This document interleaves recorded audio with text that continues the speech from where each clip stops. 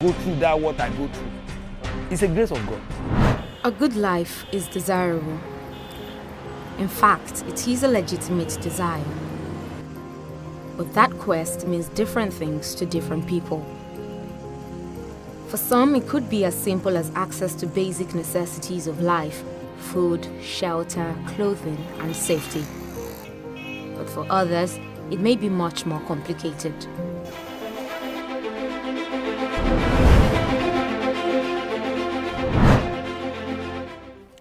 Yearly, thousands of African migrants leave their countries on a long journey away from home. Their destination, Europe.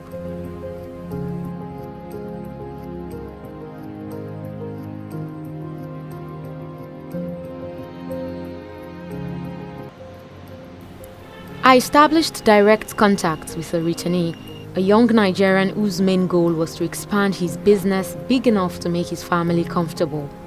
Although not Europe-bound, his story shows that there is no limit to human mobility and migration decisions. An old friend had informed him of business opportunities in Cairo, but the road to Egypt turned out to be eventful. The reality often dawns in the middle of the journey, a point of no return and moment of reckoning where they see life flashing before their eyes.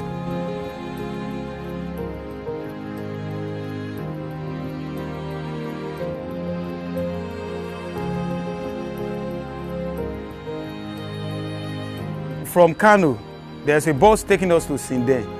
From Sinden to Agadez. Getting to Agadez, suddenly they say we are going to enter flight. Just an hour to Cairo. I said, okay, no problem. I was enjoying myself. But later on, they just said, higher, higher, higher. I said, what is higher? They now bring a e-loss, pick up. I said, to do what? They say we should take certificate. I said, which certificate? That's stick. To put a bundle of us, sit in the e-loss, down to where? They say it's 1 hour driving. I said, okay, I follow their advice. By way sitting down with my stature, I was even happy. We have never even moved 30 to 15 minutes. I just hear, bah! I was just hearing, Boda Entiku. And I told them, I'm not dead, dude. I'm still alive. 2 people now came to me. They now carry me. And I say, is it my leg there? They say my leg, because it's cold. They say my leg is here. They took me to somewhere to sit down. Within 30 minutes, they say we are not going again. That's where we are going to sleep, in the desert. When we moved for 3 days, there was a guy, the driver. I was watching him. The way he's driving and the way they are talking. He now said everybody should stop. They what they call Duruku. They said Duruku. He asked everybody to stop and calm down. This is how I fold my mouth, looking at him. Said, what is happening? He said we are too heavy. Heavy for what? He took 5 people to one side, said the car is going down. With the language they are talking. I don't hear their language. What I just know is that he wants to kill 5 people. I just hear pa, pa, pa, pa. From there, the hypertension now come up. Because that's my first time in my life seeing killing people like a goat. With the arduous journey on land to Libya out of the way, migrants then proceed to the next phase, this time on sea.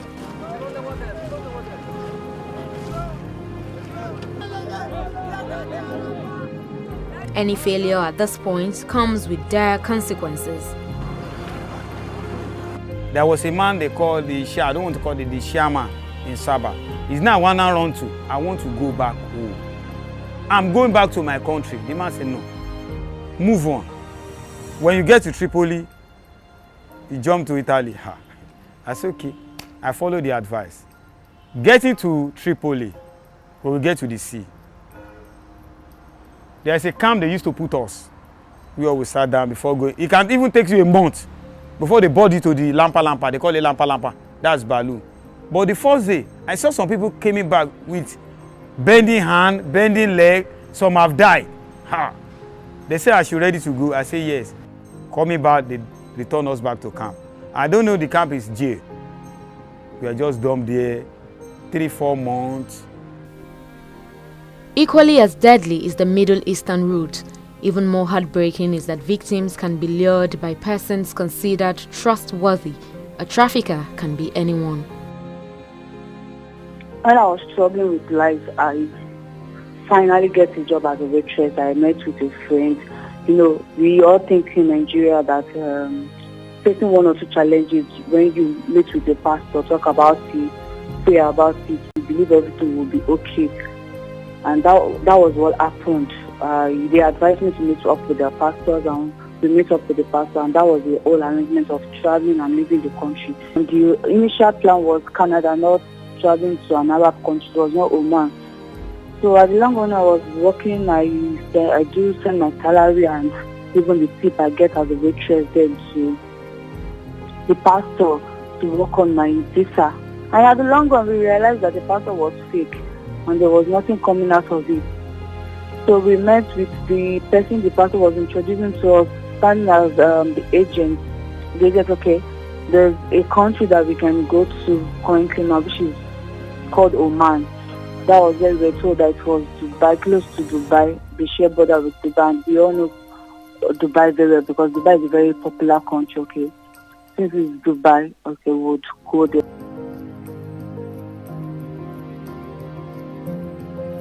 Getting to Oman, we don't know anything that was going on. Then that was when we realized that we are into slavery, working as an house help. Here they call it house help. Over there, they call us Shangala, which is slave, and it's not easy. A lot of people are there that we left together are no more there, and most people are sexually harassed. Like I myself, I was harassed over there too. I was locked up, being beaten up. Even if I said I'm not working again, the way they treat me as if I am nobody.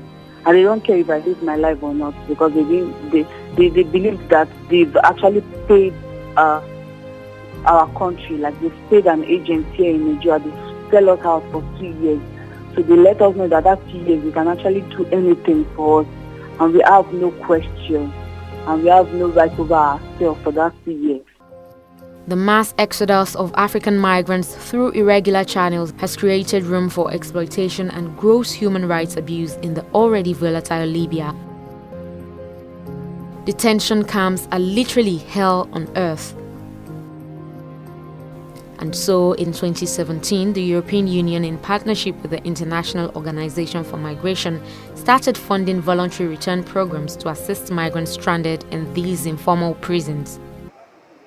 Since then, over 15,000 Nigerians have taken advantage of this opportunity.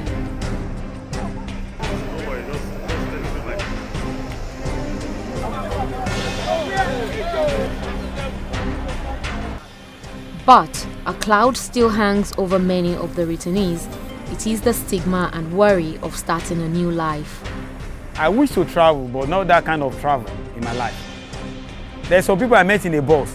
He say he's traveling. I say, bros, I even lie down on the ground. I say, please, look at me, look at my picture. Don't ever try it. Even my enemy, if he said he wants to travel to that road, I have money. I will ask him, what do you want? I will tell him to take, to please to stay. My enemy, I don't pray for him to go through that what I go through. It's a grace of God for me to be alive today. They say old wounds heal over time, but this experience is one whose memory hardly ever fades away.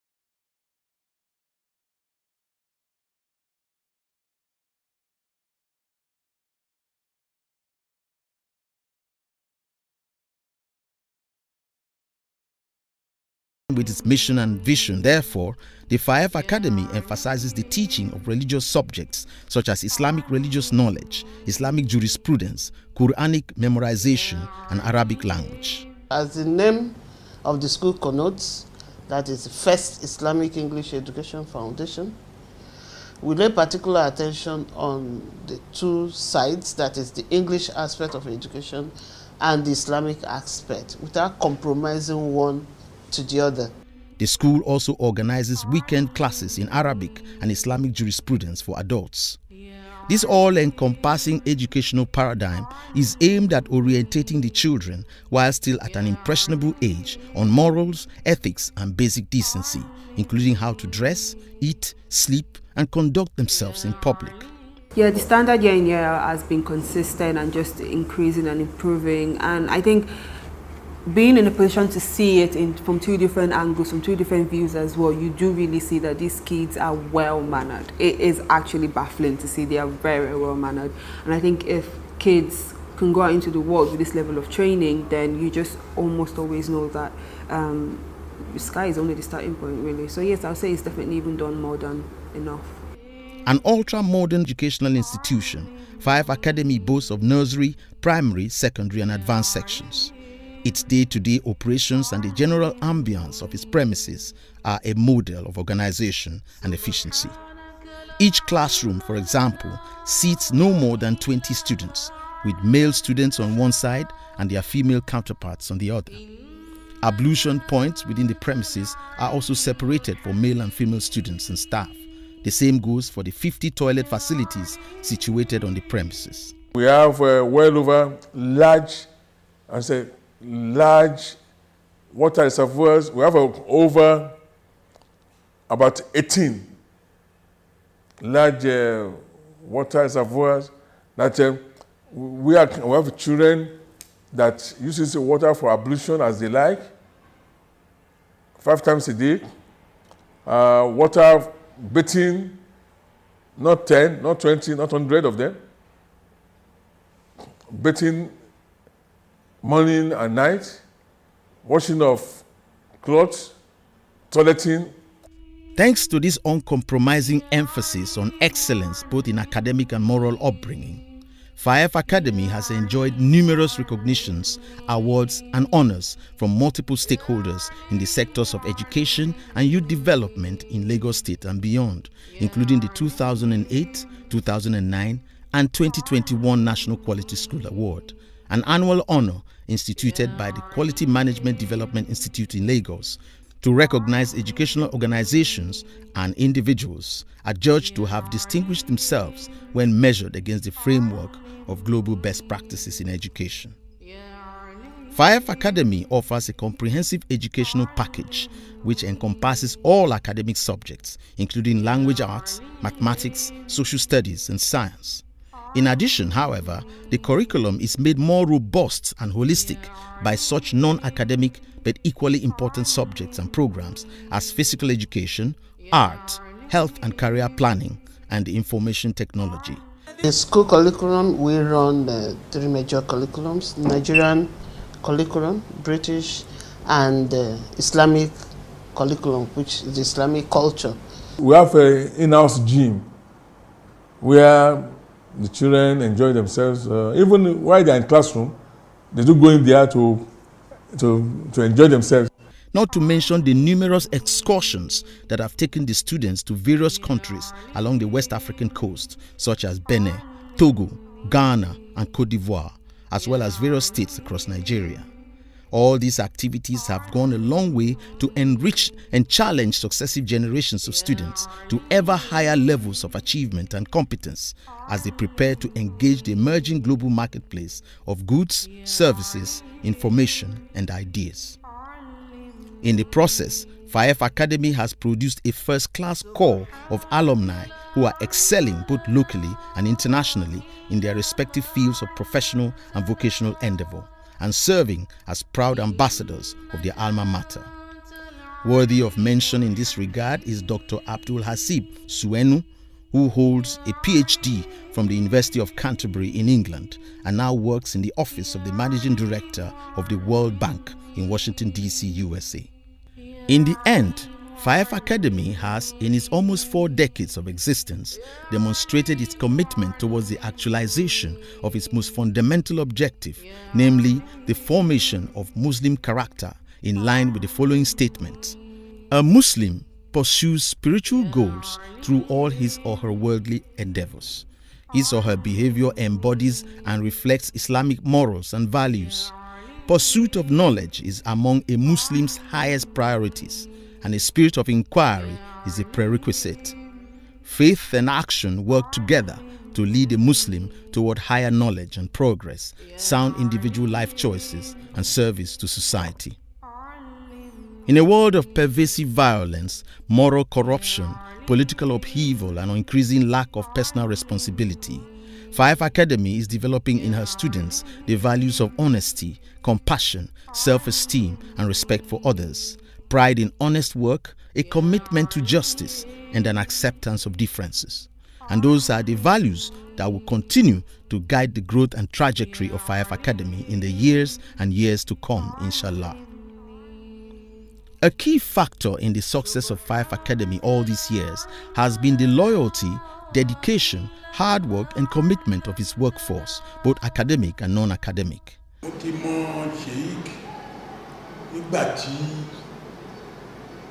Ó ti wà ní custom títí tó fi di kan dáléèwé yìí sílẹ̀ láti ìgbà tí mo lè ti mọ̀ wọ́n pẹ̀lú iléèwé yìí wọ́n ń take care gbogbo àdúgbò yìí ni ká má jẹ́ wá sọ pé iléèwé yìí in particular wọ́n take care gbogbo ẹ̀ àtọ̀sán àtòru ṣé kìkì sùn nítorí ọmọ ọlọ́mọ tó wà níbà yìí ìyàwó wọn náà the same thing bákan náà ni ọjọ́ ń ṣe iṣẹ́ yẹn hand to hand.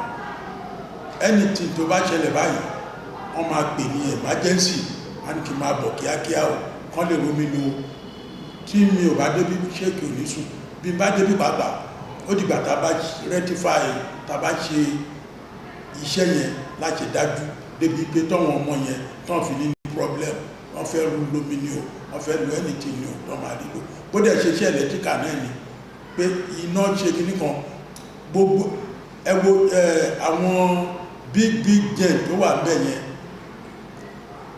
tó jẹ́ pé bí iná kì í kú ní Faef pé wọ́n múná lọ rárá wọ́n ní transformer àti nepa fúnra ara wọn tán rà ó wà lórí òpó àpáàdì lérí yẹn wọ́n tún wá ní àwọn big giant gen mẹ́ta nínú ọgbà yìí torí pé kó má sì failure of nepa. I see them as role models because everything they do, they tend to do it in a way that the people that are watching can copy from them. And if you do that, you see that you live a very simple lifestyle. Their discipline, Sheikh's discipline is to the highest standard, I would say 100%. For them to sacrifice their own pleasure to come and live a life in the school. They live in the school, they stay with the children, live in the hostel. They want the children to copy from them. And they will be happy to if staff can copy and emulate them. That will help the system because our students here, once they go out, that impact, you will see it in them. Sheikh and his wife are very caring. They've been playing a fatherly and motherly role, not just for the staff, for the students, for the pupils. It marvels me at times the way they play with them as if they are their children. Also to the staff by thinking in such a way that the staff will always have it better. I've been working with Sheikh Madam for over a decade now. One, it has helped me in the area of collaboration. Collaboration in the sense that as a team, you always work as a team and listen to other people's opinion before you take certain decision. One. Then again, working with them has also built my own personality. So it has also given me opportunity to rediscover some of my own talents. And working with them too, so giving me the kind of leadership styles that outside there, when I handle issues, people are also looking up to me as a role model. And all this is, I get them, I learned all these things from them, from their own leadership style. Sheikh is very good. Madam too is very, very nice. She takes care of all of us. She talks to us, she advises us. She comes to the hostel, she talks to us. She looks after us. She makes sure that all the things we need are there with us. She gives us advices. Sheikh also comes to our hostel, checks our bed, our things, if we are all right. Make sure that we do. Make sure that we know what we came to this school for and everything. Sheikh is a very lovely father. He is the person that I know that is highly disciplined, and he always wants to impact that discipline into children. Madam is a very caring and lovely mother. She listens to every complaint that you make to her. She's very nice. She's very prayerful. And I pray that Allah grants both of them long life and prosperity. The Williams family is a close-knit one, where the bonds of love, friendship and loyalty are palpable, thanks to the unyielding devotion of a patriarch and matriarch whose large hearts and generous spirits are a source of comfort and succor to family and non-family members alike, and whose home has over the years become a sanctuary for many. Family gatherings such as Eids, naming ceremonies, housewarmings, weddings and reunions are like festivals in celebration of Almighty Allah's abundant blessings upon the family and an occasion for the reaffirmation of solidarity among the family members. The Williams children's pride and gratitude to their parents for their devotion and sacrifice over the years is replicated in the attitudes of their respective spouses, who now consider themselves sons rather than sons-in-law of His Eminence, the Sheikh and Olori Mansour Al-Mansur Williams. My father-in-law is the most simple and most religious man I've ever seen. The relationship between myself and himself is very cordial, and I thank God for his advices. Whenever my wife and my kids go over to his place for a visit, we are always over-pampered and we are never in a hurry to leave. I thank God for his life and I wish him all the best, and may he enjoy the fruits of his labor. When I last visited Lagos, my father-in-law was so hospitable and welcoming. He gave us his driving vehicle to go sightseeing, and his warmth and hospitality remains the same when he visits the UK. He loves seeing his grandchildren and having us around. I remember seeing the pictures from the naming ceremony held in Lagos for my son and thinking of his generosity and affection towards his family. I have also heard how this is extended beyond his family. My children love their granddad and look forward to seeing him again soon. I think the word that comes to mind now when I think about my father-in-law, when I think about the Sheikh, is fun, how jovial he is as a person. And that is, on first impression, that's probably not the first impression you get really about the Sheikh. Once you think about the Sheikh, or when you see him for the very first time, you see the tough exterior, you see a disciplinarian, you see a no-nonsense person, and he's all of that. But in addition to that, once you get to know him, and once you get to know him, you find out that he's a fun, charismatic, quite chatty person. You never run out of topics to discuss when you're talking with the Sheikh. Always use the opportunity to also impart nuggets of wisdom I always enjoy having conversations with him when we're fortunate to, when we're opportune to. So that's, I think, the first thing, or the first thing that comes to my mind when I think about the Sheikh. His jovial nature, his chatty nature, how it just makes you feel welcome in and around his presence. His Eminence Sheikh Prince Mohammed Mansour Al Mansour Williams believes he wouldn't have been quite the man he is today without the love and support of his first wife, the late Olori Monsurat Adeola Williams, fondly known as Onidoko, who passed on in 1989 at the tender age of 32 years. Over 3 decades after her passing, Olori Monsurat Adeola Williams remains a towering and unforgettable presence in the life of the Williams family, as attested to by the thoughtful acts of remembrance, large and small, that the Sheikh and his household carry out in her memory. Sheikh Williams remembers the late Olori as an exceptional and irreplaceable epitome of every positive human virtue. She was the embodiment of humility and unconditional respect for persons, irrespective of their station in life. In spite of her privileged upbringing, Olori Monsurat Adeola Williams was submissive to a fault, not just to her husband or her parents and in-laws, but to all who came her way. Over the years, many have posed this question: why would a crown prince from the 2 ruling houses of Lagos Island, a bona fide Eko blue blood, choose to set up his business organization, including his signature, the First Islamic English Education Foundation Academy, in Okota of all places? And why would he eventually settle there with his family for good? In a status-conscious society such as ours, and in the face of the island-mainland dichotomy that prevails in Lagos in particular. At the time I acquired the property here, this place called Okota, in fact, most average Nigerians, they cannot even afford, if there is any that time, and of course there wasn't any, afford the accommodation in this place called Okota.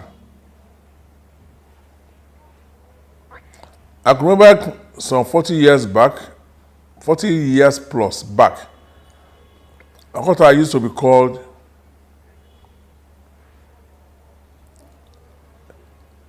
Victoria Island of Lagos. Those are the came after us. I don't want to use their term. I'm only telling you. That's how expensive. Okota, as at that time, I think of that time, more expensive than today called Banana Island. For you to be able to acquire property in this so-called Okota of a place. But that's a whole story now. Don't forget, Okota was so strategically placed, especially for those of us that are entrepreneurs, business people. Proximity to all the seaports and the possibility to all the national, international airports.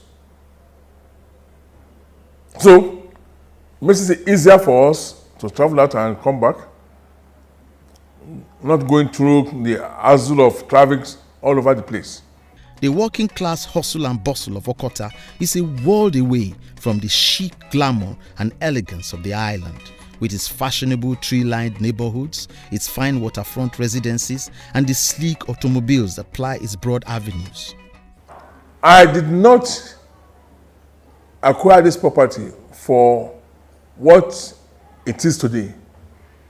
I acquired it as a place for holiday. Well, it was quite far. Don't forget, I'm a Lagos Island person. Okota was quite far. Okota, to me, just like my mother would tell you that time, my mother says, Okota is out of Lagos. Okota is so Okota was quite far. Because at the time I acquired this Okota, I live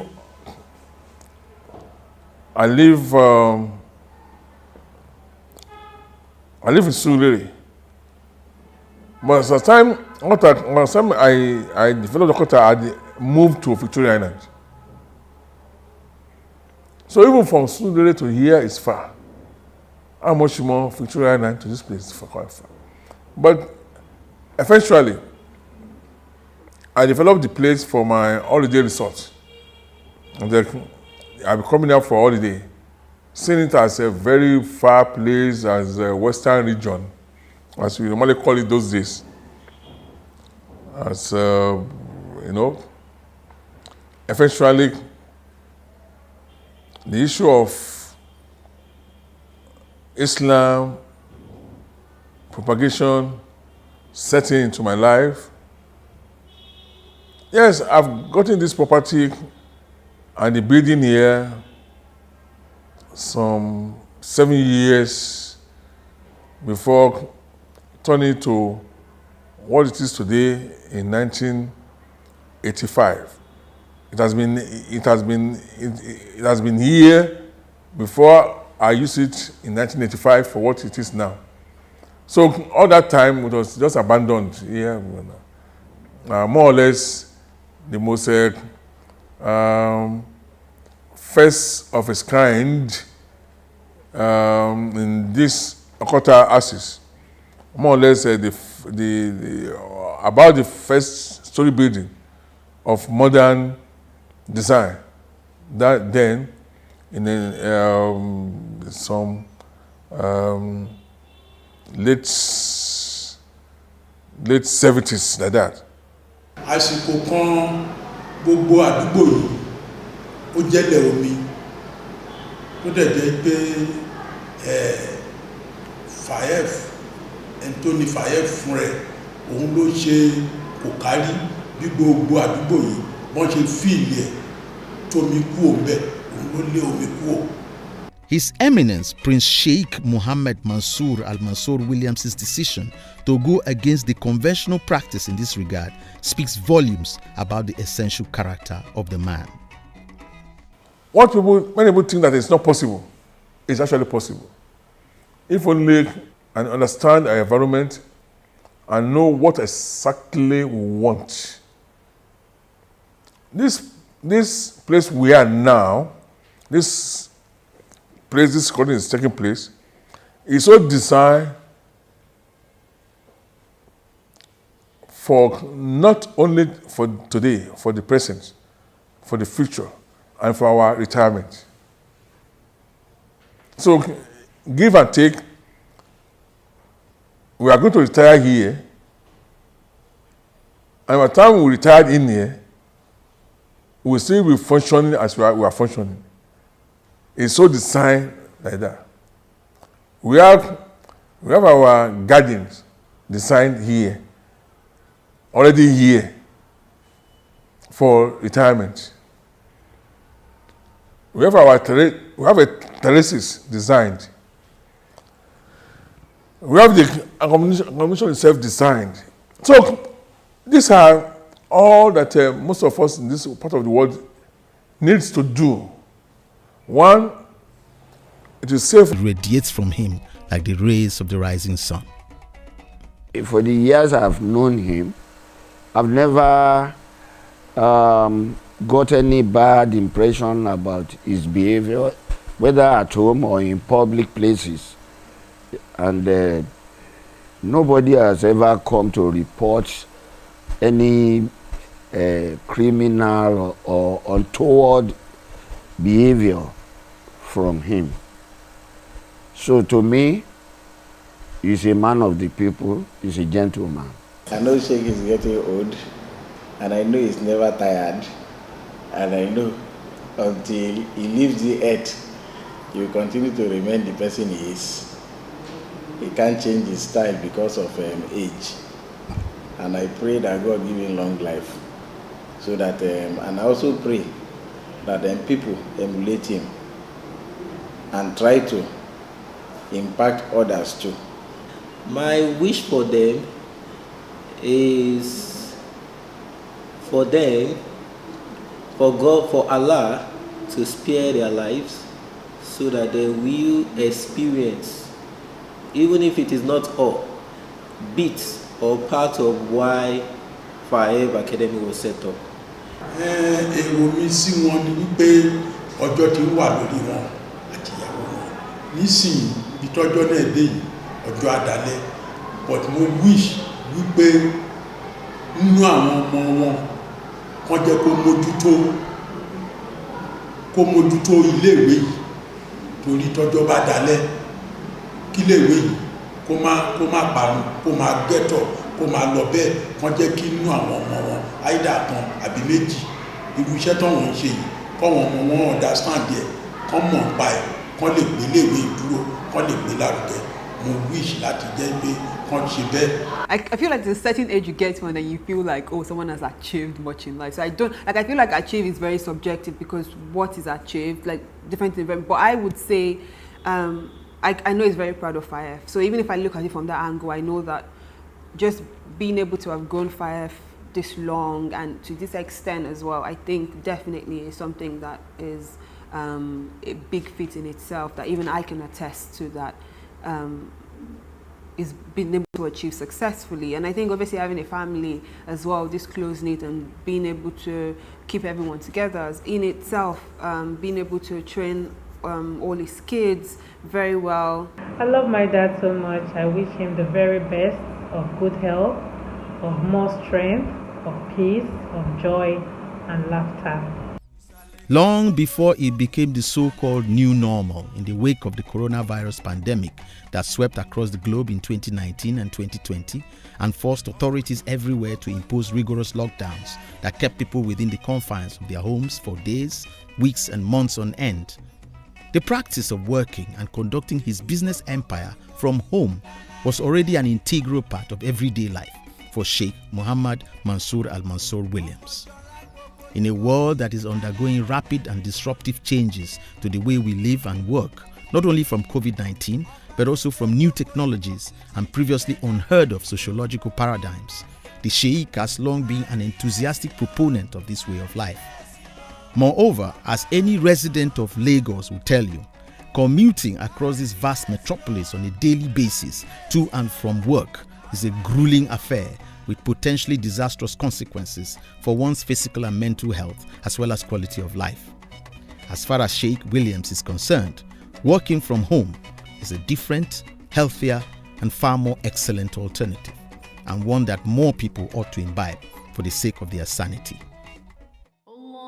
As already mentioned, the motivation behind His Eminence Sheikh Prince Muhammad Mansour Al-Mansour Akinola Olabiyi Bodunrin Williams' decision to establish the first Islamic English Education Foundation Academy is driven by his concern for young people and his desire to help shape their destinies and enhance their prospects for a more glorious future, as reflected in his lifelong activism in pursuit of socio-economic justice in the society, the maintenance of high moral and technical standards in our educational system, and a genuine commitment to the general good on the part of our leaders and political office holders.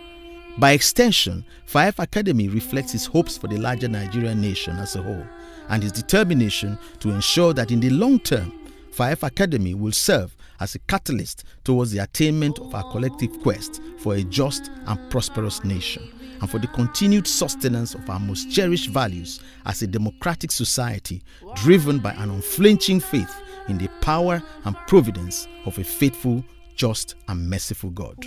Alhamdulillah.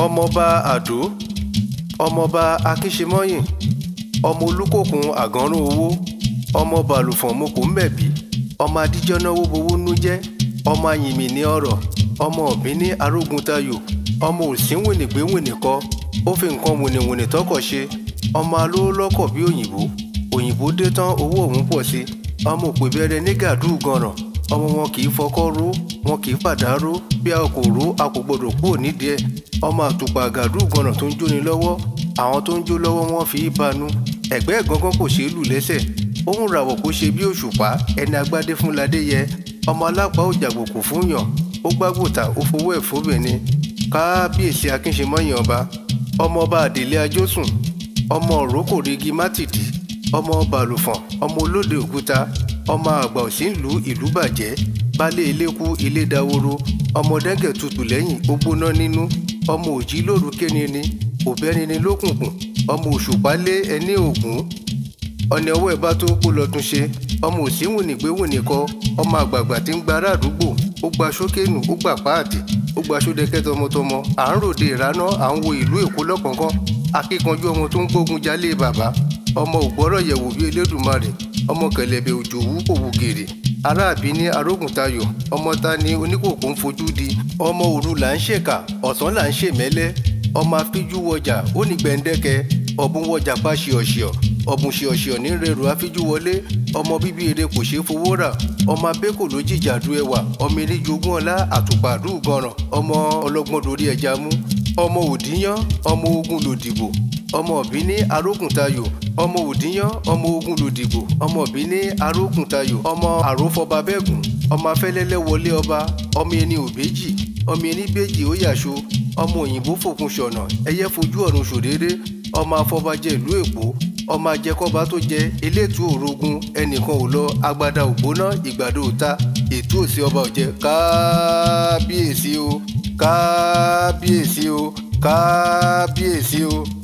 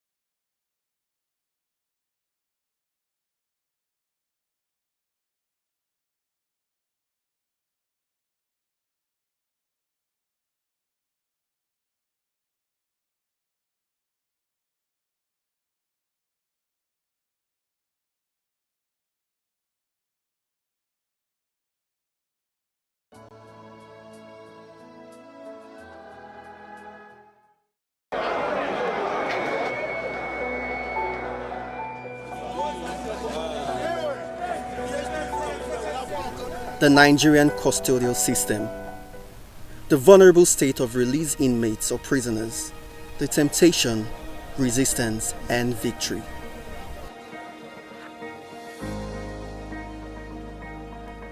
It is frustrating seeing all the efforts put into releasing inmates go up in smoke.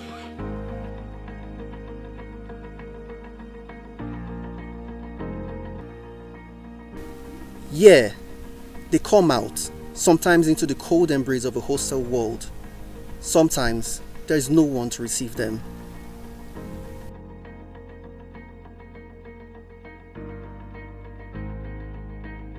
These people from counseling suffer stigmatization and difficulty in giving themselves back to life. They suffer stigmatization of rehabilitating themselves into the society from whence they came before the disruption of their lives. It is the same thing with the survivors of human trafficking and the sexually exploited. They leave the country with the hope of a brighter future, but are brought back shattered, in despair and hopeless. Whenever human persons, out of greed, selfishness, conceit, decide to make use of others for their own selfish purposes, try to exploit others, then you demean the purpose for which God actually created the human person. And so we need to take it out completely. So it is a good news to let people know that human trafficking is not a way of life. With all the promises that they, of course, those who involve in it, but at the end of it, they gain nothing.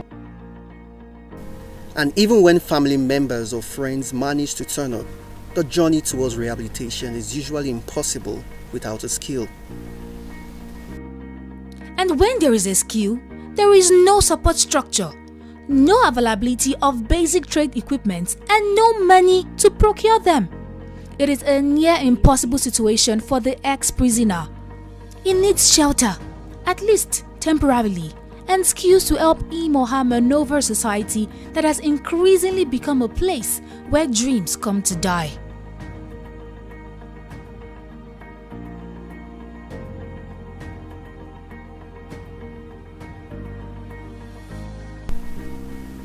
The Nigerian custodial system as at March 2024. Total inmate population 78,621. Total male inmates 76,854.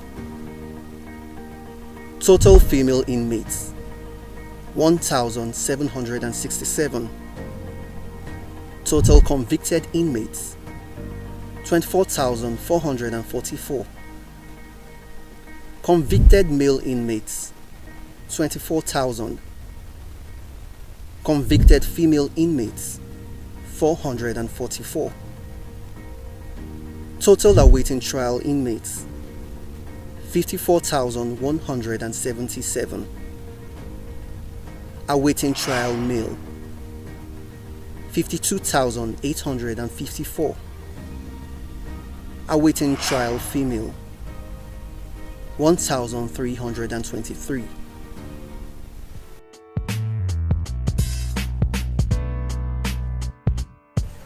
Crime and other antisocial behaviors are as old as mankind and highlights the point of imperfection of the human species. To promote and ensure social cohesion and balance, the society builds special holding places for those whose conduct and activities threaten societal values. Globally, we may mention the exception of maybe one country or two like Sweden. It's still acceptable that custodial punishment is one of the ways to deal with crime, especially. Of course, we have the civil offenses, which are not basically crimes, but provide for punishment through keeping the person in correctional custody. Okay, but looking beyond the punishment itself, we look at the place where this punishment is being served.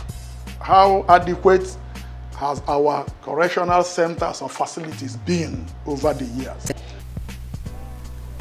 The essence of building prisons or custodial centers is not to destroy those in prisons, but to reform them.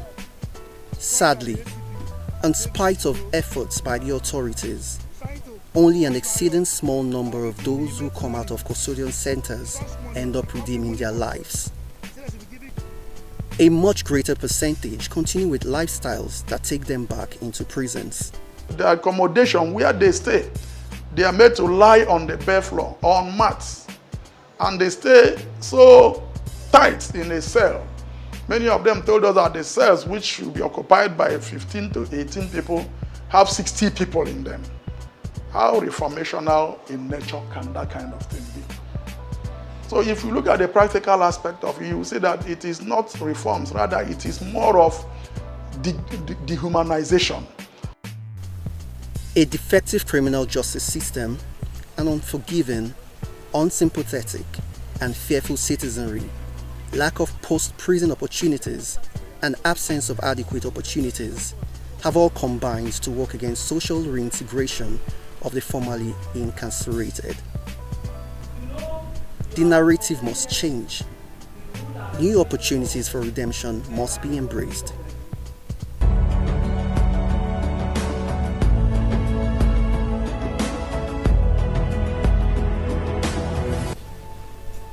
Enter the Justice, Development and Peace Center, Lagos Archdiocese of Catholic Church, JDPC, with an ambition like no other and a vision that is unparalleled. The JDPC intends to build the first truly reformative home, a halfway house for those forgotten by society who once lost their way but are now willing to retrace their steps. This home is to provide succor and a place where they can find their feet before they are reintegrated into society. The rehab home is to also provide skills. They will be able to acquire skills that will be useful to them in life. A place of shelter, a place to rest, a place to be human beings again. And that is why we are calling on all and sundry to join us, to help us to be able to build this very laudable initiative. Equipped with over 30 rooms for both male and female, a library for those intent on catching up with the development of the intellect, a fully equipped and functioning workroom for skilled impartation and training. We know that the work of humanity, the work of bringing about good governance, the work of making sure that the voice of the voiceless is heard can be quite challenging and daunting. And that's why the fundraising aspect is there. The JDPC has tried to fill the lacuna left by government for the enhancement and betterment of human beings. And that is why this project to build a rehabilitation home for deportees and for returnee prisoners. It has been a long journey to get to this moment of actualization. The vision for the halfway home and the attempts to turn vision to reality have not been without disappointment and dashed hopes. The JDPC is in the line or in the course of producing and building and constructing a rehabilitation and a vocational center. Now, this vocational center, you may want to know, has always been in the mind of the JDPC from the time of our beloved Cardinal, the Archbishop Emeritus of the Archdiocese of Lagos, His Eminence Cardinal Anthony Okoje, when this vision was birthed. But along the line, some things had to stall for funding issues and a few other logistical reasons. This home is to provide succor and a place where they can find their feet before they are reintegrated into society. The rehab home is to also provide skills. They will be able to acquire skills that will be useful to them in life.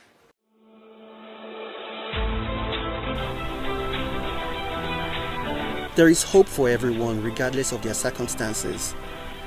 It is true that the seed for societal decay is sown by human hands, sometimes wittingly, other times unwittingly.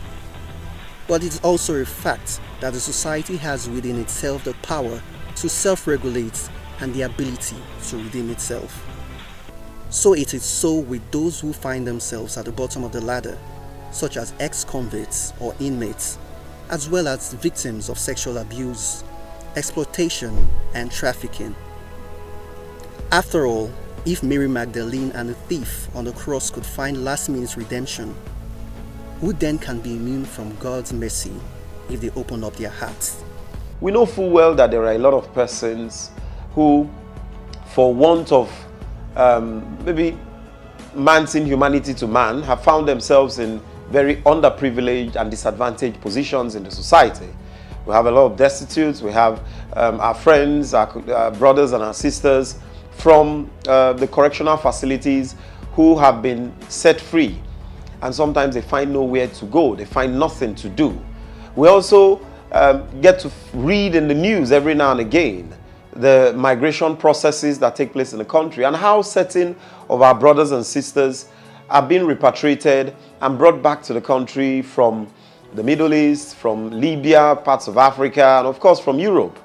Now, sometimes these persons come back and they are lost at sea, not knowing exactly what they should do. Now, this rehabilitation center is a stopgap where we bring these persons together and train them and let them know that all life is not lost. There is hope for a better Nigeria, and they can make good use of this center to further benefit themselves. It is a center that in its conception had the mind or the thought of bridging the gap between the correctional facilities and the center, putting it simply, from prison to society. JDPC's Half Home is set up to do one part of what a custodian center is supposed to do, and that is the reformation of the dejected and abandoned after society has imposed its legal punishment on them. This reformation must be followed by reintegration back into the society, and it also applies to victims of human trafficking for sexual purposes. These young people will not be like gunpowder that we are sitting upon and that will explode and cause much more confusion in the nation. My word is encouraged to youth that to be one, to not to lose focus, to be determined on what they want to do with their lives, and not to be used by any person for their selfish interests at the detriment of their future and their life. Unfortunately, the nature and character of the country's socio-political system seem to make these achievements of this noble objective almost impossible.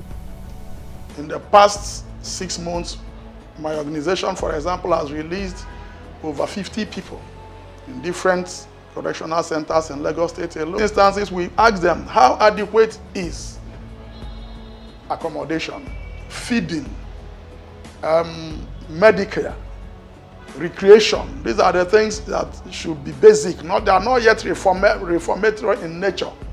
When you talk of reforms, you are now talking of something beyond the ordinary. The increasing importance of non-governmental organizations to the overall running of the society cannot be overemphasized. Serious governments, especially in growing democracies, increasingly welcome their interventions in the various thematic areas of their engagements. It takes a person who came in there with a sound mind. It takes that person from soundness of mind to something else. Many of them get out from there not happy, having revenge at the center of at the core of their soul. From governance issues, healthcare, social welfare initiatives, the criminal justice system, human trafficking, etc. They have continued to complement the activities of governments over the years. The present rehabilitation home of the JDPC is one of such efforts. The 10th of May too is a day we are setting aside to raise funds, to complement and to further carry out the task, our primary responsibility of spreading the gospel of God's grace to the nations, to the world, to the ends of the earth, especially within the confines of Lagos State. A place of shelter, a place to rest, a place to be human beings again. And that is why we are calling on all and sundry to join us, to help us to be able to build this very laudable initiative. The JDPC wants to set a precedent that it hopes others, such as governments, corporate institutions, and philanthropists, would emulate. The body wants to send a message to the rejected and dejected in the society. We have your back. Do not despair. That message is a halfway home. But this can only happen when similar charity-minded individuals and entities identify with this objective to turn a long-nurtured dream to reality.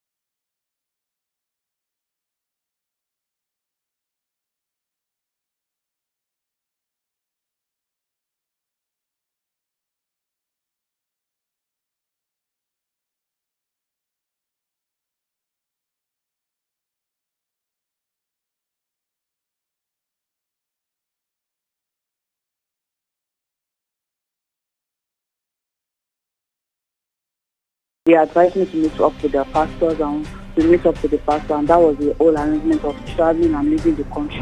I wish to travel, but not that kind of travel in my life. My enemy, I don't pray for him to go through that what I go through. It's a grace of God. A good life is desirable. In fact, it is a legitimate desire.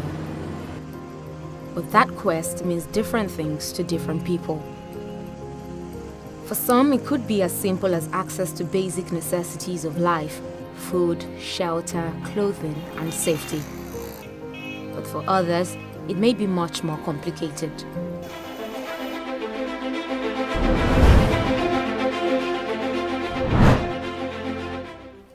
Yearly, thousands of African migrants leave their countries on a long journey away from home, their destination, Europe.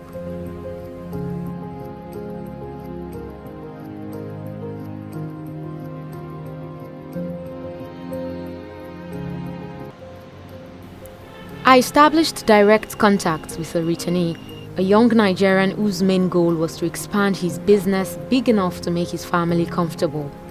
Although not Europe-bound, his story shows that there is no limit to human mobility and migration decisions.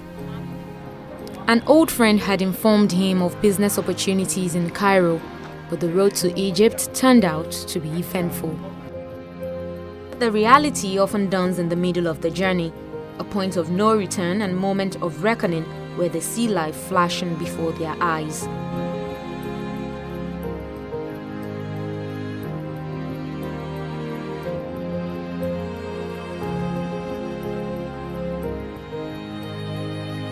From Kano, there's a bus taking us to Sinden. From Sinden to Agadez. Getting to Agadez, suddenly they say we are going to enter flight. Just an hour to Cairo. I said, okay, no problem. I was enjoying myself. But later on, they just said, higher, higher, higher. I said, what is higher? They now bring a e-loss, pick up. I said, to do what? They say we should take certificate. I said, which certificate? That's stick. To put a bundle of us, sit in the e-loss, down to where? They say it's 1 hour driving. I said, okay, I follow their advice. By way sitting down with my stature, I was even happy. We have never even moved 30 to 15 minutes. I just hear, bah! I was just hearing, Boda Entiku. And I told them, I'm not dead, dude. I'm still alive. 2 people now came to me. They now carry me. And I say, is it my leg there? They say my leg, because it's cold. They say my leg is there. They took me to somewhere to sit down. Within 30 minutes, they say we are not going again. That's where we are going to sleep, in the desert. When we moved for 3 days, there was a guy, the driver. I was watching him. The way he's driving and the way they are talking. He now said everybody should stop. And there's what they call Duruku. That is what I do for a living. He asked everybody to stop and come No down. amount of this is our food you now. take to the market Looking that at you it, won't what sell. is happening?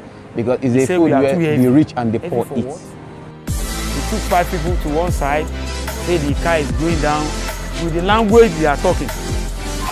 I don't hear their language. Business with someone else. What I just know is that before he wants to kill 5 people. I just I hear went back pa, to pa, school pa. to further my education. From there, fine, the and after they come hypertension back, then now come that was when I on. now stood on my Because own that's my to first time in my life seeing get killing the business people being done. like a So for goat. like 10 years now. With the been in adults' journey on land to Libya out of the way, migrants then proceed to the I next worked with phase, them before. this time on sea. I did some work for them as a trainer. Yeah, I trained most of their staffs, their Any workers. failure at this point I give comes them with some dire health talk, consequences. and I place them on health. There was a man they call the area where Shama things you in eat, Saba. what He's you now eat, one and hour when to to eat I them. want to go back home. I'm going back to my country. Dairy The man business is a business that Move on. It's like when you get to crude oil Tripoli, business. you jump It's a to business Italy. where from I said, okay. cassava I follow the himself, from the advice. cassava peel, Getting the to cassava Tripoli, starch, the you water get of the to the starch, sea. everything about cassava. There's a camp is they used to productive. put us. Everything Where about we cassava. sat down before going. We It can even get take you a animal month meal from cassava. before they body to We the can lampa get lampa. starch They from call it cassava. lampa lampa. We can That's get Bali. chemical from But the cassava. first day, I saw some people We can coming as well back get with food from bending cassava. hand, bending leg. Some have died. Ha. They say I should ready to go. I say yes. Coming back, they return us back to camp. I don't know the camp is jail. We are just dumped there 3-4 months. Equally as deadly is the Middle Eastern route. Even more heartbreaking is that victims can be lured by persons considered trustworthy. A trafficker can be anyone. When I was struggling with life, I finally get a job as a waitress. I met with a friend. You know, we all think in Nigeria that facing one or two challenges, when you meet with a pastor, talk about it, pray about it, we believe everything will be okay. And that was what happened. They advised me to meet up with the pastors, and we met up with the pastor, and that was the whole arrangement of traveling and leaving the country. And the initial plan was Canada, not traveling to an Arab country. It was not Oman. So at the long run, I was working. I do send my salary and even the tip I get as a waitress then to the pastor to work on my visa. And at the long run, we realized that the pastor was fake and there was nothing coming out of it. So we met with the person the pastor was introducing to us, standing as the agent. They said, okay, there's a country that we can go to currently now, which is called Oman. That was where we were told that it was Dubai, close to Dubai. They share border with Dubai. And we all know Dubai very well because Dubai is a very popular country, okay. Since it's Dubai, okay, we would go there.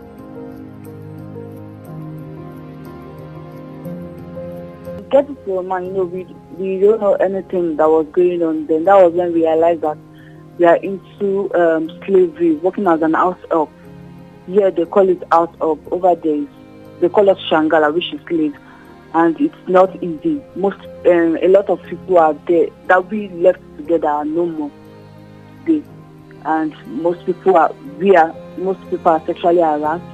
Like I myself, I was harassed over there too.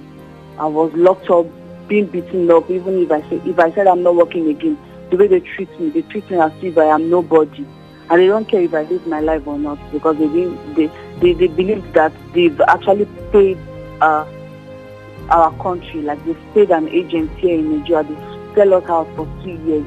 So they let us know that 2 years we can actually do anything for us, and we have no question, and we have no right over ourselves for that 2 years.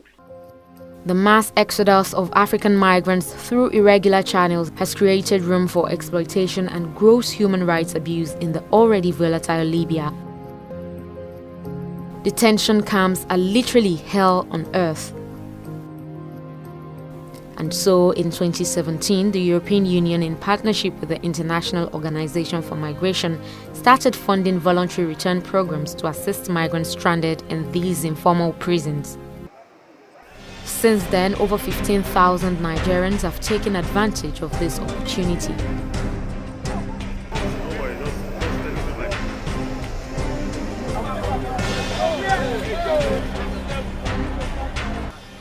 But a cloud still hangs over many of the returnees.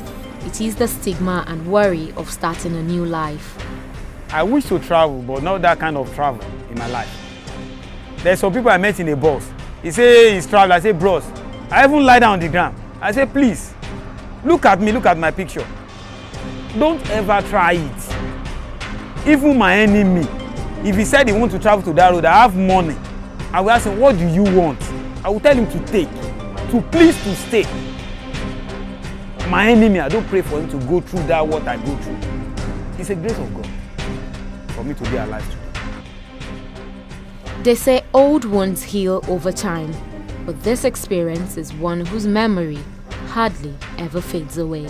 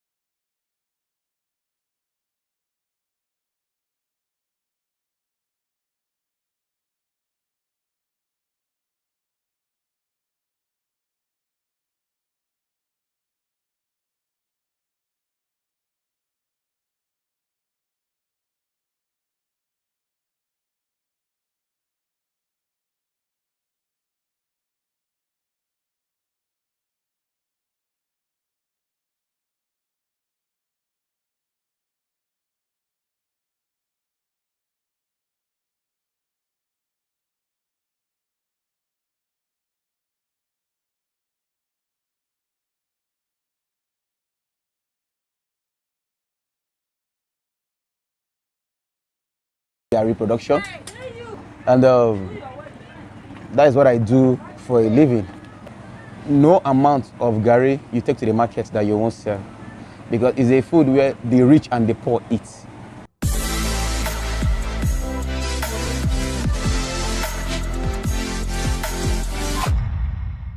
I was doing this business with someone else before, and when I went back to school to further my education, things were not moving fine and I have to return back. Then that was when I now stood on my own to get the business being done. So for like 10 years now, I've been in the business. NNPC, I worked with them before. I did some work for them as a trainer. Yeah, I trained most of their staffs, their workers, and I give them some health talk, and I place them on health, the area where things you eat, what to eat, and when to eat them. Gari business is a business that it's like crude oil business. It's a business where from cassava himself, from the cassava peel, the cassava starch, the water of the starch, everything about cassava is productive. Everything about cassava. We can get animal meal from cassava, we can get starch from cassava, we can get chemical from cassava, we can as well get food from cassava, we can as well get manure from cassava. Now, if older youth can work the way I'm doing now, I believe in the next few years to come, we'll be looking at the oil sector or the government, we won't be looking at those areas. We'll look straight on Gari business, because Gari business can give us what we want. My experience and my challenge in this business, in this work, is a work where you need to get hands to join you. You can't do it alone. And getting people to join you, you need fund, you need money to make people work, because you got to pay them. And the challenge we're having in it is when most times the farmer comes to sell for you, and because you don't have the money to pay them, they move away. And at the same time again, the people who work for you, just because you don't have money to pay them for the ones they did for you, you won't see them again. So those are the challenges we have been having. And when you finish your production, taking it to the market again is a big problem. They will start pricing it low, that what you spend in it, you can't achieve it. So that's been the challenge we're having in the business. Before we start the Gari processing, we'll go to the farm, we'll see the cassava, then we'll check if it is one being farmed for 1 year plus or 2 years. So if it is one being farmed for 2 years, you spend more to get that kind of cassava, because the cassava himself is already mature to give you good Gari. Then in the course of that, we engage the farmers to uproot it. Then we load it in a vehicle, in a van, that is pickup, to bring it down to the factory. And in that period, we engage some boys to do the work, which we pay them. Then when we get to the factory, we engage the women to peel the cassava. After peeling, they wash the cassava and we grind it to turn it to cassava mash. And this period, we pay them again to do this process for us. Then after that, we go into drying, where we press out the water out. And some of these women, they do this work and we pay them again. Then from the pressing, we go to frying. Then from frying, then we take it to the market. No amount of Gari you take to the market that you won't sell, because it's a food where the rich and the poor eat. You understand? But the challenge we are having is moving them to where the consumers are.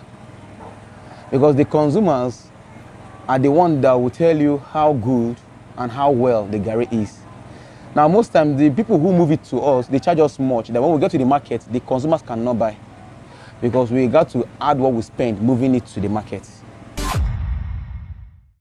In the area of peeling, in a pickup load, we use as minimum of 40 persons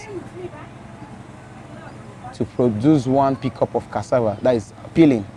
Then in the course of frying, in that the same pickup we use 40 persons, we use no less than 6 to 7 persons to the frying. Yes, what led to this was one, the people who produce the cassava. As I said earlier on, we use workers 40 to peel and we use like 7 to fry. But because of the expenses involved in it, we dropped to 20 persons to peel the pickup of cassava, and we use like 3 or 4 to do the frying. And because we drop our workers, we're unable to produce large scale. So, and that started affecting the market, because by the time you run all these expenses on the cassava and you take it to the market to sell, if you're unable to make your money, you won't be able to return back to the market again. So that was the challenge we were having. And in those days, in then, 90, 20, 2000, the market were a bit normal, because as soon as you finish your products, the customers are already on ground to buy. But these days now, because of low quality and the challenges of financial support, we're unable to beat the market. The government had to eat, because most times we don't have much land. First of all, let me use that word, the land to farm. We don't have lands to farm, which is one. And secondly, the support we need from the government in terms of fertilizer, man support, to get this work being done are not on ground again. So it has really affected the business. The way government is going now concerning agriculture in Nigeria, if the government can still maintain this standard or do more, I believe we will go round in the world. And the economic will boost, because the government has already supported the business. So we will go around. In Ghana, I once had a communication with some guys in Ghana that process Gary. The way they process Gary in Ghana and the way we process Gary here are not the same. We still, in Nigeria here, I would say 90% of us still produce in local way, using the clay, the sand to mold the oven and a small pot. But other countries, they use industrial fryer, which can take half pickup of cassava in a section. So in less than 4 to 5 hours, we should be able to produce not less than 2 pickup of cassava. So if government can assist us to go for the industrial grinding machine, industrial extractor, industrial fryer, I believe we will do better. And that is why, as you can see from the previous videos and the shots we took, you can see the women frying with a small pot on top of a clay sand and some firewood under. So in that way, we'll be able to cover the markets in town. First of all, if government can assist us on this, I believe job will be all round, because one, by the time we the producers produce, the graduates or people outside lack of job can come and move it from us and take it to other country, and in that way they'll be able to make something for themselves. And we have different kind of Gary. We have the yellow Gary, we have the Ijebu Gary, we have the white Gary. Now the yellow Gary is the one we do with oil and all that. So if government can assist us in that way, I believe there will be job in the country. In cassava I still do animal meal. I process animal meal, which I have them on ground. I process, like from the animals I want to mention, pig, goats, cow, chicken, fish, I process their meal. Then I process starch from cassava production, and at the same time again, we still process chemical used to kill grass from the water. That is at the side. Then at the same time again, I'm a dietitian. I do things of health. Those who are on obesity, I work them out. I give them healthy food to eat. And there are people that want to share the weight, that want to keep fit, I engage them in foreigners respect our culture than we. Then those I'm telling you, there's money on this thing. People who cannot walk, people who have some physical challenge, not from bed, I bring them out from it.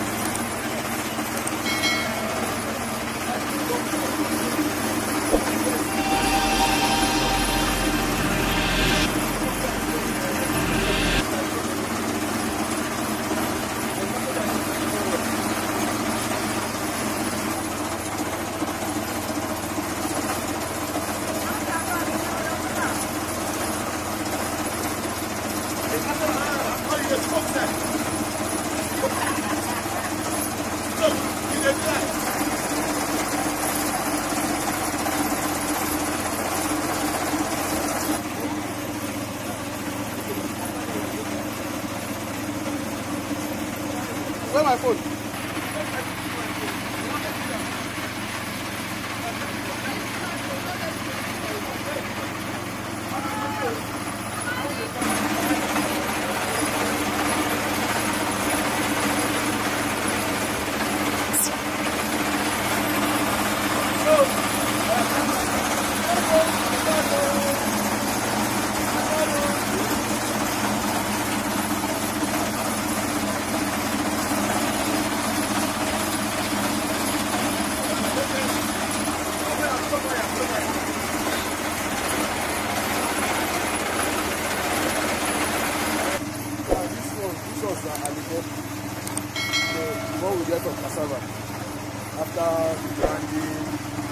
Sit down, do and properly here.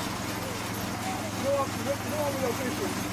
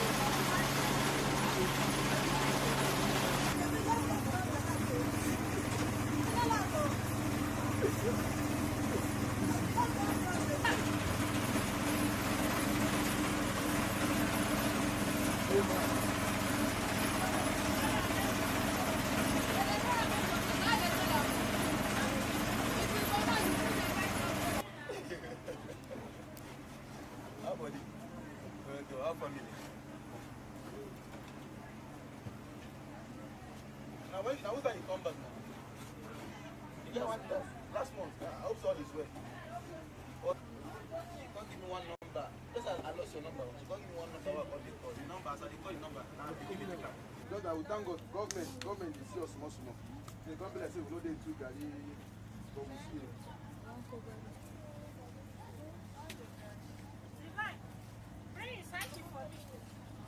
Who want what? You are getting more than 1 3 well.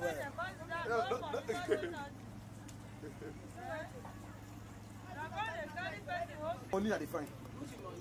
Which money where you don't gather? And this one NNPC staff with you. NNPC staff. When you're pity now, I won't marry. My name is Yesterday Adeyemo. I'm the founder and creative director of Tosafo.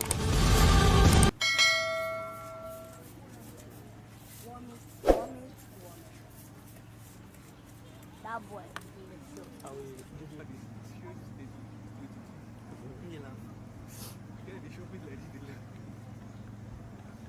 Sir?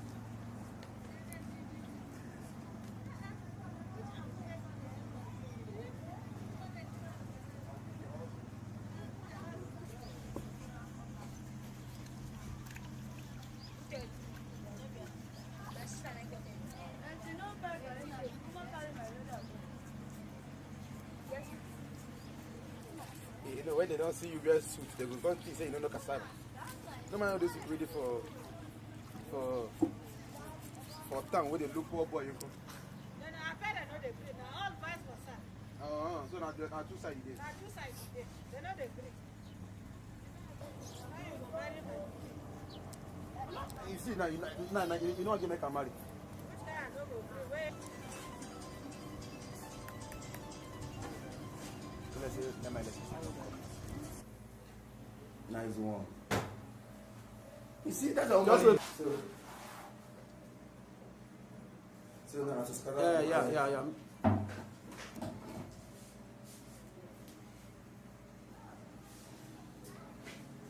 Mama, this.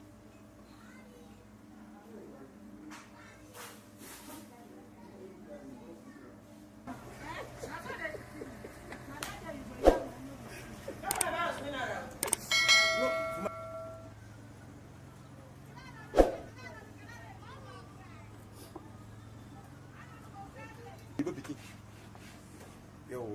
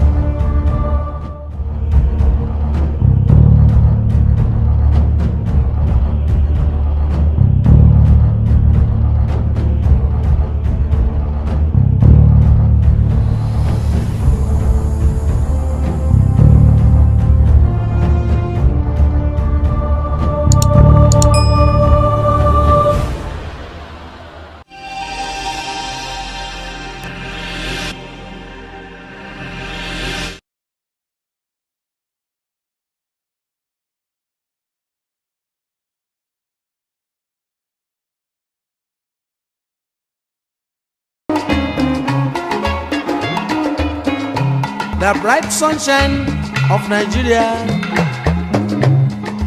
makes me to believe that all over the world there's no place like Africa. For Nigeria is my home. Another widely consumed food in Nigeria is yam. It's a versatile food that can be eaten fried, roasted, boiled, pounded, or grinded into flour and used to make a dish called amala. In southwest Nigeria, amala and ewedu soup has been watering mouths for centuries. To Nigeria's Yoruba-speaking tribes, amala and ewedu isn't just black dough and a slimy soup. It's a mark of their identity. The food I like very much is amala, to be honest, because foreigners respect our culture than we in Nigeria. I'm telling you, there's money on this thing than cool oil they are talking about. I'm very sorry to say that, unfortunately, we are killing our history by not exposing our children, by not showing them, by not celebrating our history. A prophet is not appreciated in his own hometown, like they say. We have to do something about it to make us more aware of the beauty of our culture. A lot of Nigerians don't know that this is the center of Nigeria. Somehow, we need to take what we have and sell it. A lot of countries run on tourism. Look at Dubai. You go to Dubai and they take you to desert. Then you go and play with sand. I don't understand. While in Yobe here, we have those things. See, Nigeria is losing a lot.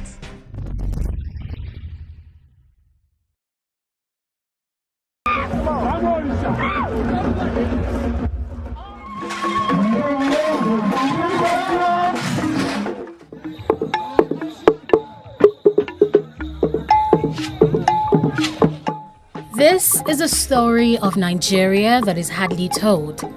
It's a celebration of her people, culture, and music. The world calls Nigeria the giant of Africa, but almost 200 million people call her home, thus making her the most populous country in Africa and the 7th most populous nation in the world. Nigeria is also Africa's biggest economy, ranking 1st in Africa in terms of agricultural output and 6th worldwide. Also, Nigeria is the largest producer of oil in Africa and the 11th largest in the world, with over 37.2 billion barrels of oil reserves. But is Nigeria really worth the hype? Can she be regarded as one of the most fascinating countries on the African continent with abundant human and material resources?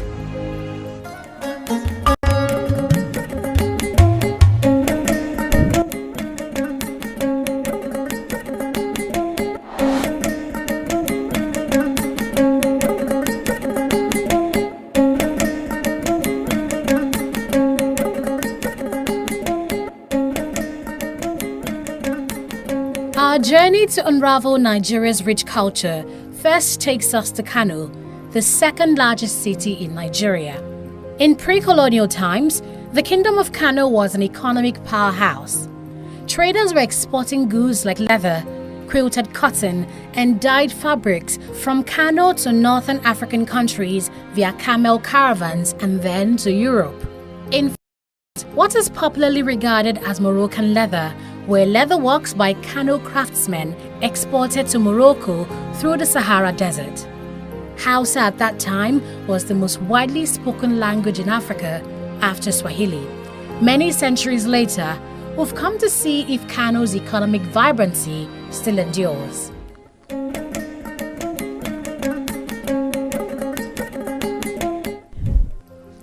Our first stop here is the biggest grain market in West Africa, located in Dawanau, Kano State. The first thing that caught our eyes were the bags, hundreds of them. And in the bags are all kinds of grains like white rice, brown rice, white beans, soya beans, maize, millets, and several other crops. And it's said that you can find just any type of food here. Dawanau Market was established 34 years ago, and in that time, they've established a reputation that keeps traders coming back. akwai bambance-bambance masu yawa tsakanin wannan kasuwar da sauran kasuwanni. Bambanci na farko shine kowace kasuwa da take ƙasar Najeriya idan ta siyo kaya ko an je an siyo kaya, ita wannan kasuwar tamu mai albarka ita ce kasuwar da ake kawo wannan kaya, domin ita ce kasuwar da ta fi kowace kasuwa ɗaukar baƙi masu sayan kaya. Shi kuma buƙatar ɗan kasuwa shine idan ya siyo kayansa ya samu mai saya ko ya samu gurin da zai sai da kayansa da sauri. Traders from other African countries and as far as Europe, Asia and America come here to source for farm crops to be eaten as food or to be used for research. And the trade value of the markets runs into billions of naira every day. In ka siyo, nan za ka kawo ka samu mai saya cikin kwanciyar hankali, yanzu za a saya, yanzu za a baka kuɗinka. Da wannan kwatanta gaskiya da 'yan kasuwar Dawanau suke yana daga cikin matakin farko da ya kai wannan kasuwar matsayi da take a halin yanzu. Kano was one of the major powers of sub-Saharan Africa, and not just for economic reasons. Kano has an age-long political history rooted in monarchy. From as far back as the 10th century, Hausa kings had been ruling independent states in Kano, debunking assertions that the people of Nigeria were uncivilized before colonization. To better understand our history, we're about to enter a time capsule to take us many centuries back. Welcome to National Museum Gidan Makama Kano, a place that holds answers to questions of the Kano civilization.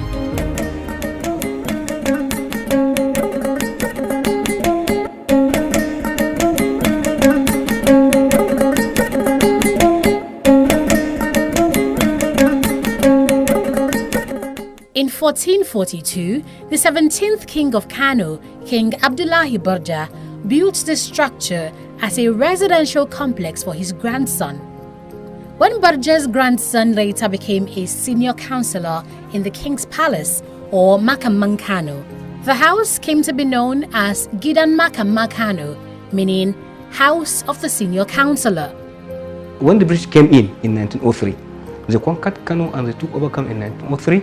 And when they took over, having seen the historical significance of this house, it was declared as national monument in 1959. And it was divided into 3 parts. The first part was converted to a museum, declared open to public in 1985. And the second part was given to the Makamang Kano.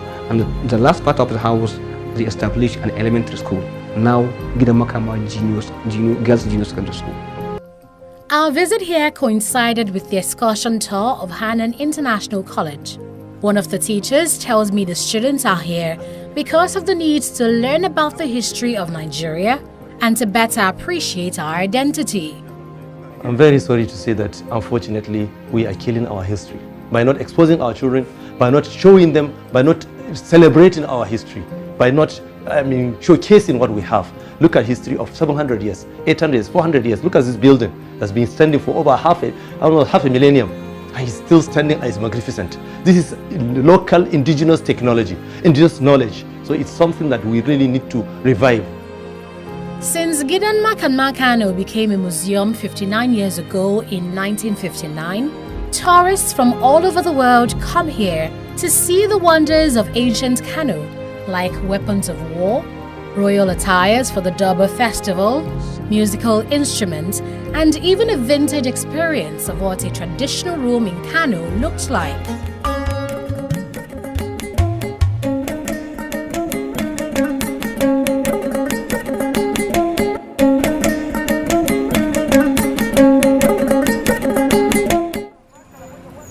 Northern Nigeria is a thriving cultural center with practices subsisting many centuries on.